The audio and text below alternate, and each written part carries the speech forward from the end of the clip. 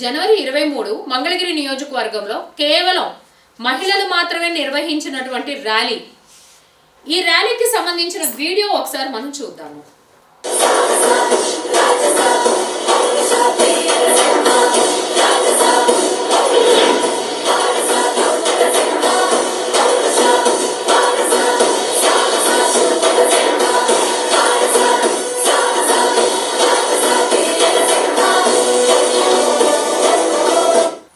చూశారు కదండి ఈ వీడియో.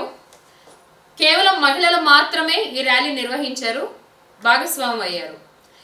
ఇంతమంది మహిళలు ఈ ర్యాలీ చేస్తున్నారు అంటే ఈ ర్యాలీలో ఉన్నటువంటి మహిళల్లో చాలా మంది వీళ్ళేం రాజకీయాల్లో లేరు. అలానే మరి ముఖ్యంగా ఈ ర్యాలీలో మనకి ఎక్కడా కూడా పార్టీ జెండాలు ఏవి కనిపించవు. చూడండి, ఎక్కడా ఒక పార్టీ జెండా కూడా లేదు. మరి ఇంతమంది మహిళలు నారా లోకేష్ గారి జన్మదినానికి ఇంత పెద్దగా ర్యాలీలో పాల్గొనాల్సిన అవసరం ఏంటి అంటే 2019లో మంగళగిరి నియోజకవర్గం నుంచి టీడీపీ పార్టీ తరపున నారా లోకేష్ గారు పోటీ చేశారు. ఆ ఎలక్షన్లో ఆయన ఓడిపోయారు.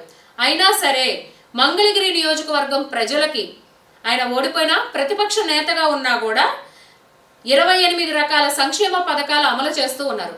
తెలుగుదేశం పార్టీ అంటేనే మహిళా సాధికారతకి పెద్దపీట వేస్తుంది. మన నారా లోకేష్ గారు కూడా మంగళగిరి నియోజకవర్గంలో మహిళా స్వయం ఉపాధి కోసం స్త్రీ శక్తి పేరుతో కుట్టు మిషన్ల శిక్షణా కేంద్రం, అలానే బ్యూటీషియన్ కోర్సులు ప్రారంభించారు.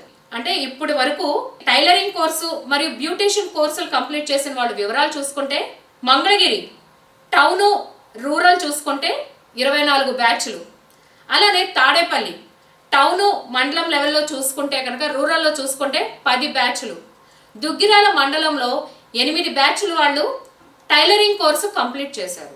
ఒక్కో బ్యాచ్కి 80 మంది మహిళలు ఉంటారు. అలానే ఈ శిక్షణా కాలం కూడా 2 నెలలు, అంటే 60 రోజులు.